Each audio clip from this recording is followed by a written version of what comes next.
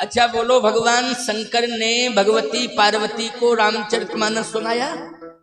इसका मतलब है सुनाने की परंपरा है और सुनने की परंपरा है। अब एक बात मैं आपसे पूछ रहा हूं, घर में ही सुनाया कि नहीं सुनाया? यानी पत्नी ने सुना है और पति ने सुनाया है। कहां सुनाया है? कैलाश के शिखर पर। तो कैलाश क्या है? ये शिव पार्वती का घर है। बोलो भाई, कैलाश क्या है? शिव पार्वती का घर है। रोज राम कथा सुनाई पार्वती जी को। किसने सुनाई? शंकर जी ने। पार्वती ने सुनी। अच्छा, सुनने के बाद पार्वती जी इतनी महान हो गई कि भगवती सीता ने उनकी पूजा की है। बोलो, किसने की है पूजा?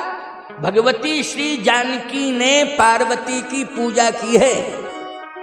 लेकिन सीता कौन है और पार्वती कौन है, जरा इसका मूल्यांकन किया जाए।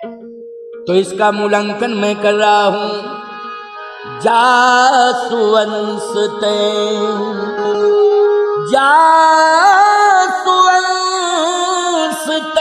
उपजे खानी, ओ अगणित लक्ष्य उमा ब्रह्मणी। बोलो भाई, उमा जासु अंश ते उपजे। कौन? उमा और ब्रह्मणी और लक्ष्मी। अगणित लक्ष्य उमा ब्रह्मणी। लेकिन चरित्र का इतना बड़ा उत्कृष्टता का स्वरूप प्रकट हो गया। चरित्र के सुमेरु पर बैठ गई, कैलाश पर बैठे थे कौन? भगवान शंकर। और कथा सुनते सुनते पार्वती जी चरित्र के। बोलो, किसने की है पूजा? सीता जी ने की है पूजा पार्वती जी की। और निज अनुरूप सुभग वर मांगा, अनेक प्रकार के वरदान प्राप्त किए हैं। बोलो, ये प्रभाव जो पार्वती जी का बना है, ये उच्च कोटि के संस्कार और चरित्र का निर्माण हुआ है। वो राम कथा सुनने से हुआ है। भगवान शंकर ने कथा सुनाई और पार्वती जी ने उस कथा को श्रवण किया है। इसलिए चरित्र का, हर घर के चरित्र का निर्माण अगर हो सकता है तो घर घर में रामायण के पढ़ने से हो सकता है। और अर्थ सहित रामायण को पढ़ना है और रामायण के अनुसार चलना है। ये आचार संहिता है। इससे बड़ी आचार्य संहिता आध्यात्मिक दुनिया में और कोई दूसरी नहीं है। पार्वती जी की महिमा बढ़ती गई। सती जी भी तो पत्नी के रूप में भगवान शिव के। क्यों? सती किस रूप में थी? भगवान शिव के पत्नी के रूप में सती थी। लेकिन सती के जीवन में श्रेष्ठ चरित्र का निर्माण नहीं हो पाया। सती के जीवन में नहीं हो पाया। सती को जो भी मिला है भगवान शिव से जुड़ने के कारण मिला है। सती का जो पावर बढ़ा है वो भगवान शिव के कारण बढ़ा है। और मरने के बाद अगर शिव जी यत्र तत्र सर्वत्र न ले जाते तो 52 शक्तिपीठों की स्थापना नहीं होती। लेकिन सती को शक्तिपीठ से जोड़ने में बोलो किसका योगदान है? जल्दी बोलो। भगवान शिव का है। लेकिन सही बतावें आपको, इसमें कोई अतिशयोक्ति नहीं है। सती से कई गुनी महिमा पार्वती की।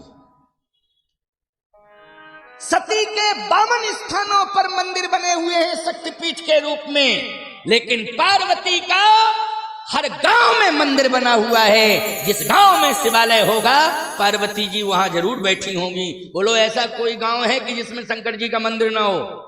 चाहे छोटे रूप में हो, नहीं है बड़े रूप में तो छोटे रूप में है। बोलो, है कि नहीं? और जहां पर शिव बैठे हैं वहां कौन बैठी है? सती बैठी कि पार्वती? पार्वती, जबकि वही सती पार्वती बनी है। लेकिन इतना विस्तार, इतना प्रकाश और इतनी श्रेष्ठता कि वो जगत जननी हो गई। क्या हो गई? जगत जननी, मतलब संपूर्ण जगत की माता। बोलो भाई, माँ का सबसे बड़ा सम्मान होता, पिता से बड़ा सम्मान किसका है? जल्दी बोलो। माँ का है। और केवल वो गणेश जी की माँ ही नहीं है, केवल वो कार्तिकेय जी की माँ ही नहीं है, वो पूरे जगत की माँ हो गई। बोलो हो गई कि नहीं? जगत जननी दामिनी दुति गाता, पूरे जगत की माता हो गई। बोलो ये चरित्र है कि नहीं? ये श्रेष्ठ चरित्र है कि नहीं कि पूरे जगत की माता हो गई। लेकिन ये बनाया किसने है? इतना बड़ा सम्मान कैसे मिला, गौरव कैसे मिला है? वो राम कथा सुनने से, राम कथा सुनने से। इसलिए मैं कहता हूं कि सभी को राम कथा सुननी चाहिए, बड़ी महिमा है। अब एक बात और सुन लो, अंतिम बात है, ये अंतिम बात है, बस बहुत अच्छा भाव है। शिव जी जब कथा सुना रहे थे पार्वती जी को, तो उस समय पार्वती मैया ने एक प्रार्थना की, क्योंकि दो ही बैठे हैं, तीसरा कोई है नहीं। शिव जी सुना रहे हैं और पार्वती जी सुन रही है, तीसरा कोई नहीं है। तो कथा सुन रही हैं तो प्रार्थना की कि महाराज अगर एक निवेदन करूं तो थोड़ा सा आप सुनेंगे? हाँ मैं बिल्कुल सुनूंगा। बोलो क्या बात है, क्या बात है? बात यह है कि ये राम कथा सबको सुनना चाहिए। हाँ सबको सुनना चाहिए। क्यों? क्योंकि संपूर्ण समाज भवसागर के तट पर है। बोलो भाई, जितना भी समाज है वो किस तट पर खड़ा है? भवसागर के तट पर। और भवसागर के तट पर खड़ा है। सागर को पार करना ही मुश्किल है, तो भवसागर को तो कैसे पार किया जाएगा? सागर ही को पार करना बहुत मुश्किल है। क्योंकि समुद्र के किनारे आप खड़े हो जाओ तो जिस तट पर आप खड़े हैं वो तो आपको दिखाई दे रहा है, लेकिन दूसरा तट कहाँ है वो दिखाई नहीं दे रहा है। और दूसरे तट पर पहुंचना बहुत मुश्किल की बात है।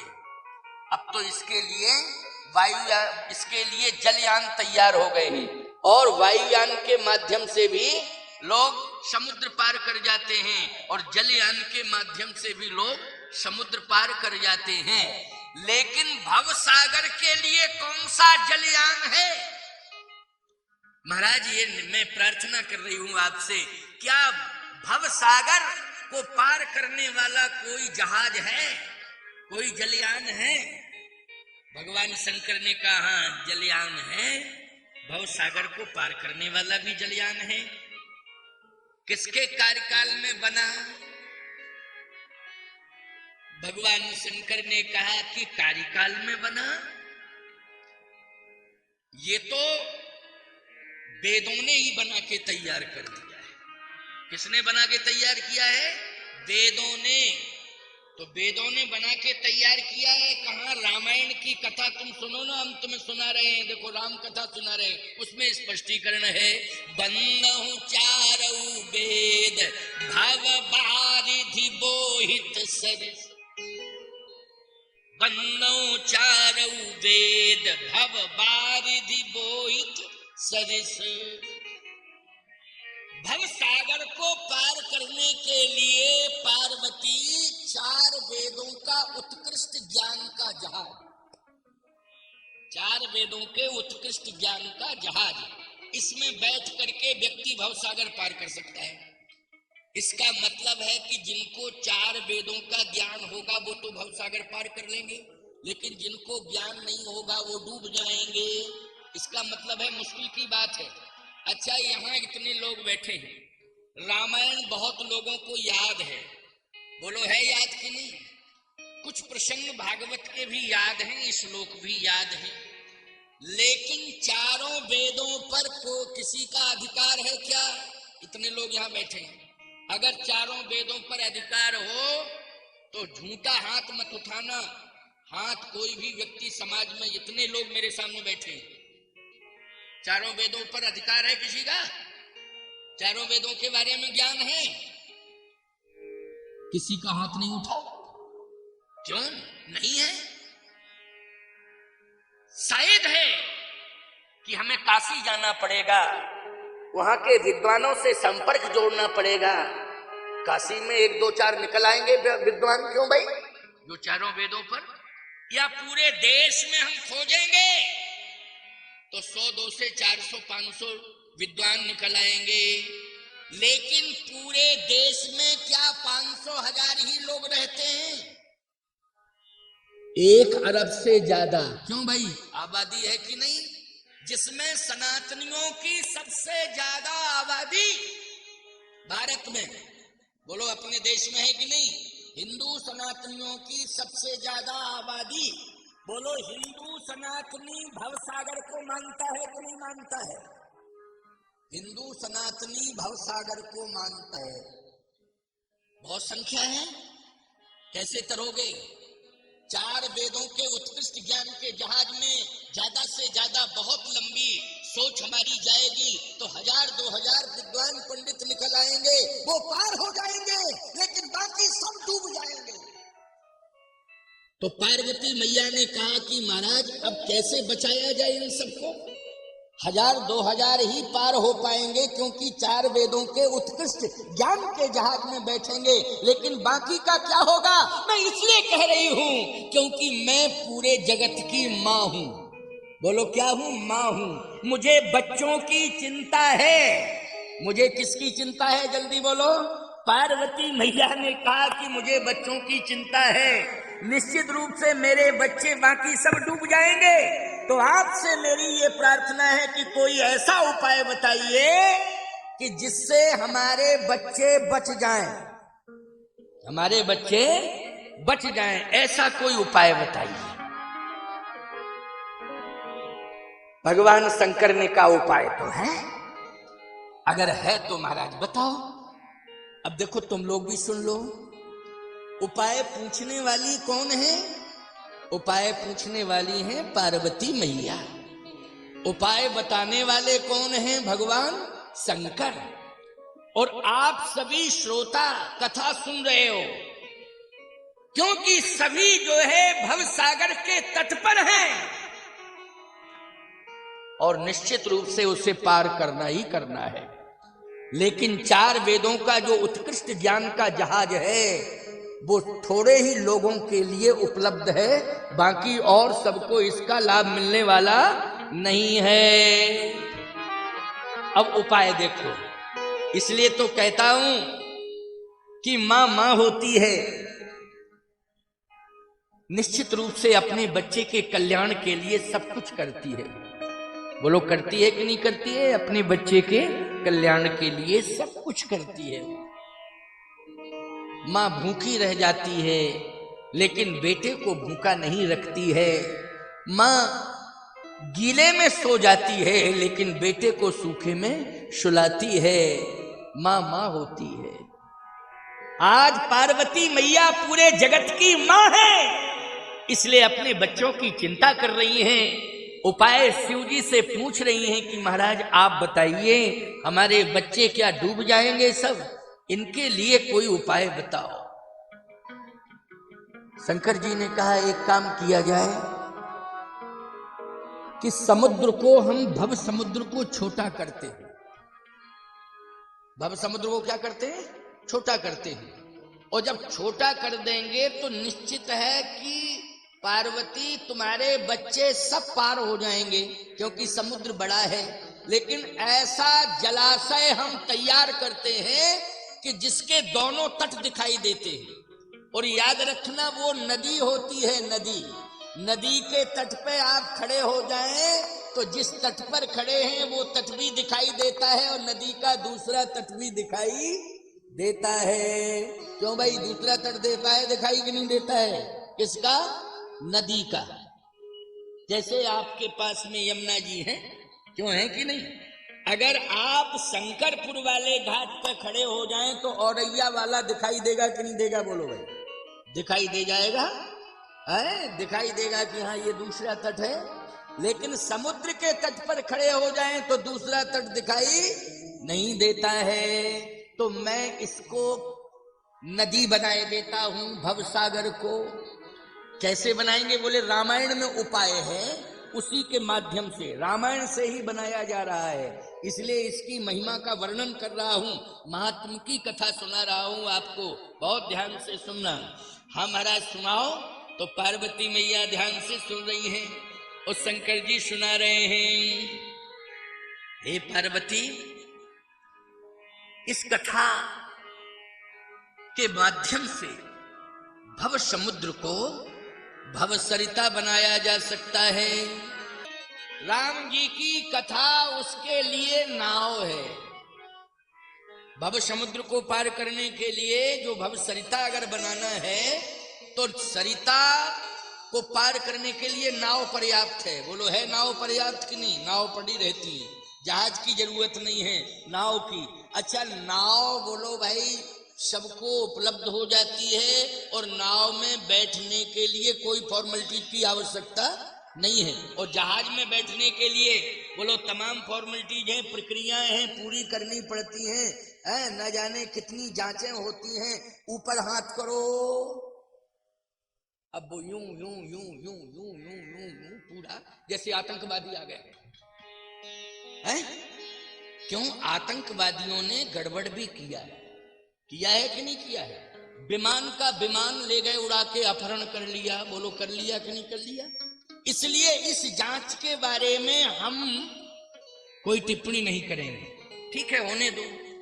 लेकिन हम कहना ये चाहते हैं कि नाव में यदि आप बैठ रहे हैं तो हाथ ऊपर उठाने पड़ेंगे आपको। कोई जांच होगी? आधार कार्ड भी नहीं दिखाना है। बोलो, केवट कहेगा आइए आइए आइए बैठिए, और पतवार हाथ में लेगा और आराम से आपको पार कर देगा। यह है नाव की प्रक्रिया, बैठने वाली प्रक्रिया नाव में। जो रामायण को, राम कथा को सुनेगा और राम चरित्र पर चलेगा, उसके लिए ये भव सागर, भव समुद्र, भव सरिता हो जाएगा। क्या हो जाएगा? भव सरिता। अच्छा, निज संदेह मोह भ्रम हरिणी, संदेह संशय को दूर करने वाली अगर कोई है तो वो भगवान की कथा है। पढ़ने वाला संदेह नहीं करता है, संशय नहीं करता है, उसे विश्वास हो जाता है। और आज हम देख रहे हैं कि बड़े बड़े परिवार डूब गए। किसके कारण डूब गए? संशय के कारण। बोलो, संशय के कारण डूब गए कि नहीं? पति ने पत्नी पर संशय किया, पत्नी ने पति पर संशय किया। ईमानदारी के साथ बताओ, पूरा फैमिली सेटलमेंट ही गड़बड़ा गया, सब गड़बड़ हो गया पूरा। बोलो, हो गया कि नहीं? किसके कारण हुआ? संशय के कारण हुआ। और इस मोबाइल ने तो और ही ज्यादा संशय पैदा कर दिया कि नहीं कर दिया? अच्छा, एक बात बताओ, तुम घर से निकले तुम, ज्यादा से ज्यादा 15 मिनट हुआ, तुम्हारी पत्नी ने तुरंत कहा हेलो हेलो, कहाँ हो? अरे अभी 15 मिनट तो हुआ है, अभी रास्ते में हूं, अभी पहुंचा भी नहीं। अगल बगल में आवाजें आ रही हैं, झूठ मत बोलो, कहाँ हो? ईमानदारी के साथ बताओ, पूरा क्रोध उसकी आंखों में आ गया, खोपड़ी खराब हो गई। शाम को आकर के झगड़ा शुरू हो जाएगा कि नहीं हो जाएगा? बोलो, झगड़ा शुरू हो जाएगा। मैं एक बात कहना चाहता हूं, घर में पत्नी रामायण पढ़े, घर में पति रामायण पढ़े, कोई संशय नहीं रहेगा। क्योंकि रामायण पढ़ने से दोनों के चरित्र का निर्माण हो जाएगा। फिर ना आवाजें सुनाई देंगी, ना भूत प्रेत दिखाई देंगे, सब संशय खत्म, एकदम क्लियर, कोई संशय नहीं, किसी प्रकार का कोई विवाद नहीं। जिस घर में रामायण पढ़ी जाएगी उस घर में विवाद नहीं, संवाद होना शुरू हो जाते हैं। क्योंकि रामायण संवाद को जन्म देती है, विवाद का अंत करती है। यह है राम कथा का प्रभाव, यह रामचरितमानस पढ़ने का प्रभाव। इसलिए एक बार आजमा के तो देखो। प्यारे, इस ग्रंथ ने पूरी दुनिया, देश दुनिया में घुमा दिया मुझे। ये ग्रंथ है केवल एकमात्र। पैसा पहचान नहीं बनाता है, पैसा पहचान नहीं बनाता है। पैसा ज्यादा कमाओगे तो फंसाता है, पहचान नहीं बनाता है। यही तो संशय, यही तो समस्या है। ज्यादा पैसा कमाने के चक्कर में लोग कहते हैं हमारी पहचान अच्छी बन जाएगी। पहचान नहीं बनाता है, बल्कि पैसा ज्यादा कमाने से, आय से ज्यादा क्यों, सोचो जरा। फंसोगे कि नहीं फंसोगे? फंसोगे। कितने लोग हैं हिसाब नहीं दे पाए तो जेल चले गए। कितने लोग हैं ज्यादा पैसा कमाया तो बैंक में ही सीज कर दिया गया खाता, और 4-5 मंजिल की हवेली पे बुलडोजर चला दिया। ले गए इधर भी उधर भी, कहीं के नहीं रहे। बोलो भाई, कहीं के भी नहीं रहे तुम, ना इधर के रहे ना उधर के रहे हैं। अब टेंशन में आके कोमा में चले गए, टेंशन में आके कोमा में चले गए। बोलो यही हो रहा है कि नहीं हो रहा? खबरदार, रामायण पढ़ो, चरित्र का निर्माण करो, ईमानदारी अपने रोम रोम में लाओ और सदमार्ग पर चलो। महाजनो येन गतः सपंथा, महापुरुष जिस रास्ते पर चले हो उसी रास्ते पर चलो। तुम्हें किसी तीर्थ में राम नहीं मिलेंगे, घर में ही राम मिल जाएंगे, घर के अंदर राम मिल जाएंगे। विश्वास कर लेना। बस 2 ही होना चाहिए, हर घर में तुलसी और तुलसी कृत रामायण होना चाहिए। घर में ही राम मिल जाएंगे, घर में ही शालिग्राम मिल जाएंगे, और घर में ही हनुमान मिल जाएंगे, घर में ही। ठीक है ना? इसलिए सभी से मैंने कहा है, एक से नहीं कहा है। पार्वती मैया को भी भगवान शिव ने यही कहा है, निज संदेह मोह भ्रम हरणी, करहु कथा भव सरिता तरणी। ये भव सागर नहीं, रामायण पढ़ने से, चरित्र का निर्माण करने से ये समुद्र घट के क्या हो जाएगा? सरिता मानी नदी। पार्वती मैया ने कहा तो अभी गुंजाइश और है, बच्चों के लिए थोड़ा और छोटा सा साधन दे दो और आसानी से पार हो जाएं। क्योंकि कभी कभी पार्वती मैया ने कहा कि आप बुरा मत मानना,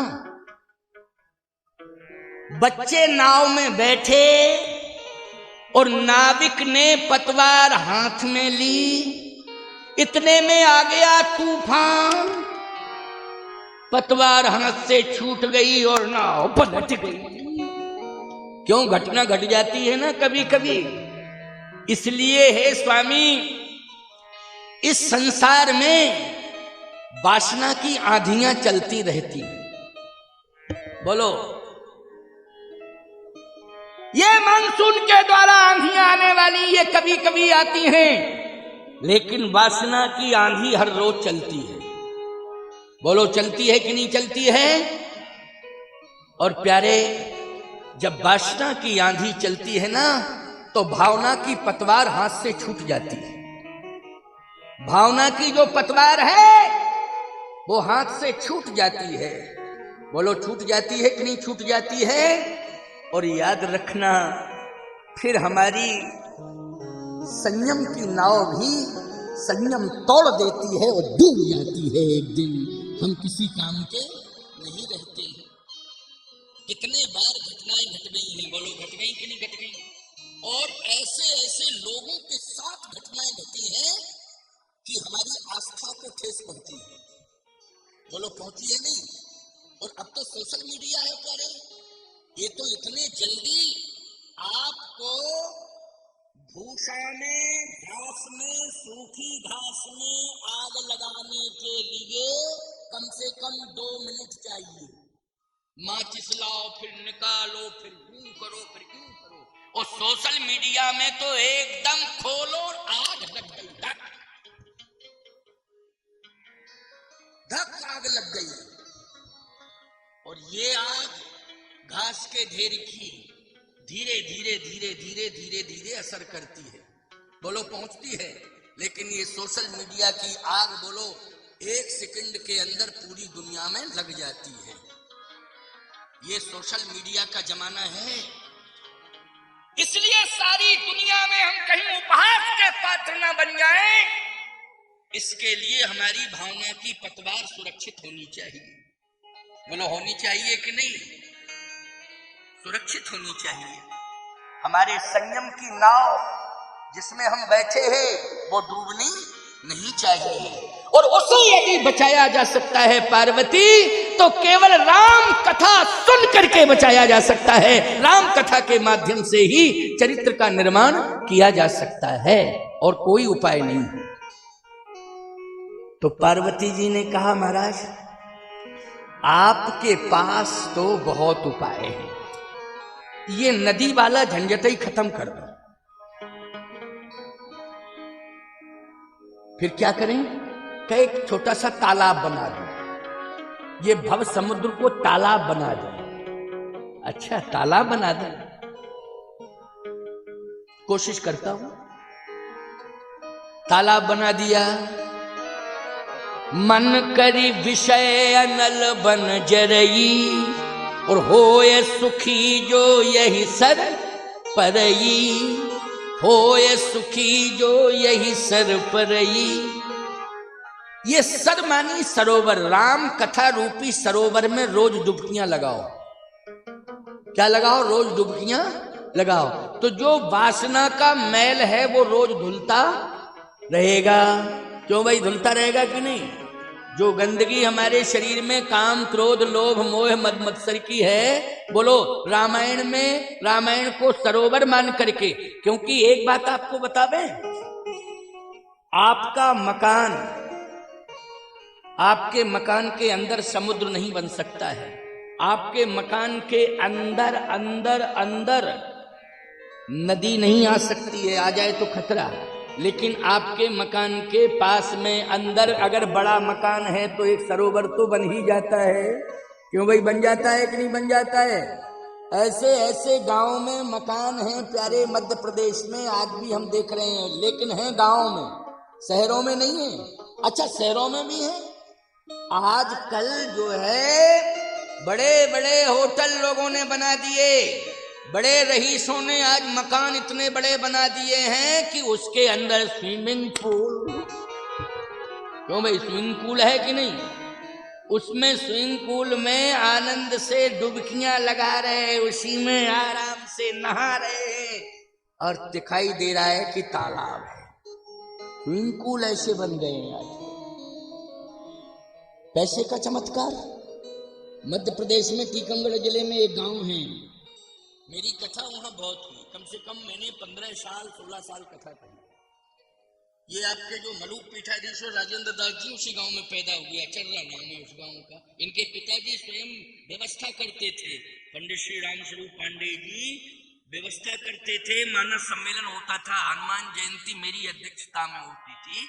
तो वो जैसे यहाँ अपने व्यवस्था की ना पंडाल लगाना, गांव की समिति, ऐसे वो भी गांव की समिति के अध्यक्ष थे, पूरी व्यवस्था करते थे। मेरी कथा होती थी, मैंने 15 साल 16 साल अध्यक्षता में उस गांव में कथा कही। आपको सत्य कह रहे हैं, इनके घर के पास ही राजेंद्र दास मलूक पीठाधीश्वर के जन्मभूमि वाले घर के पास में ही सटा हुआ सरोवर है। बढ़िया कमल खिले हुए, आज भी कमल है उसमें।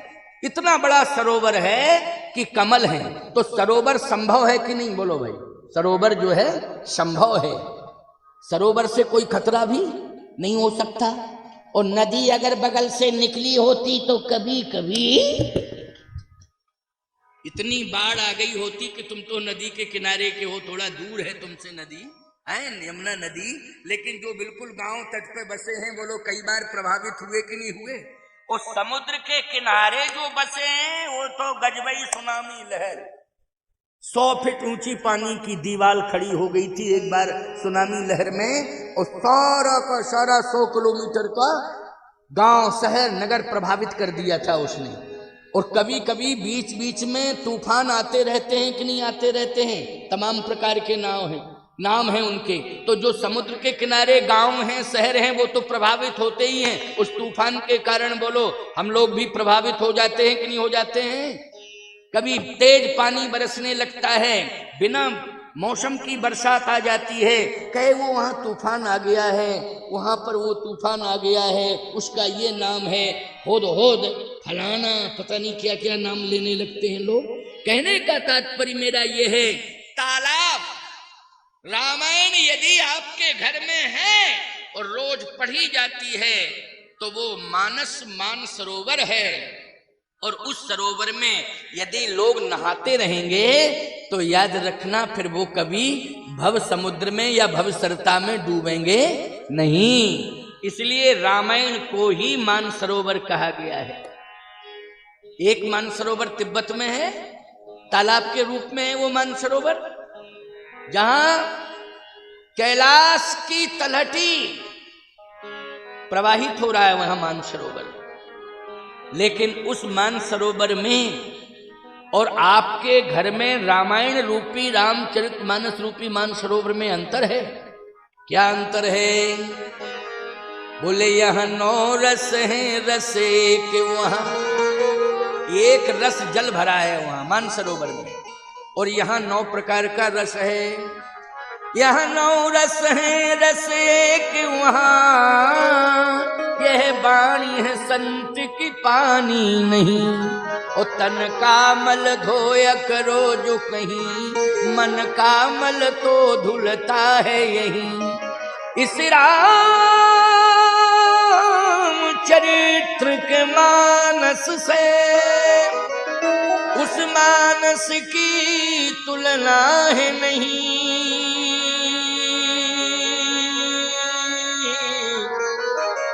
वहां डूबता जो मर जाता वहीं, यहाँ डूबता जो तर जाता यहीं।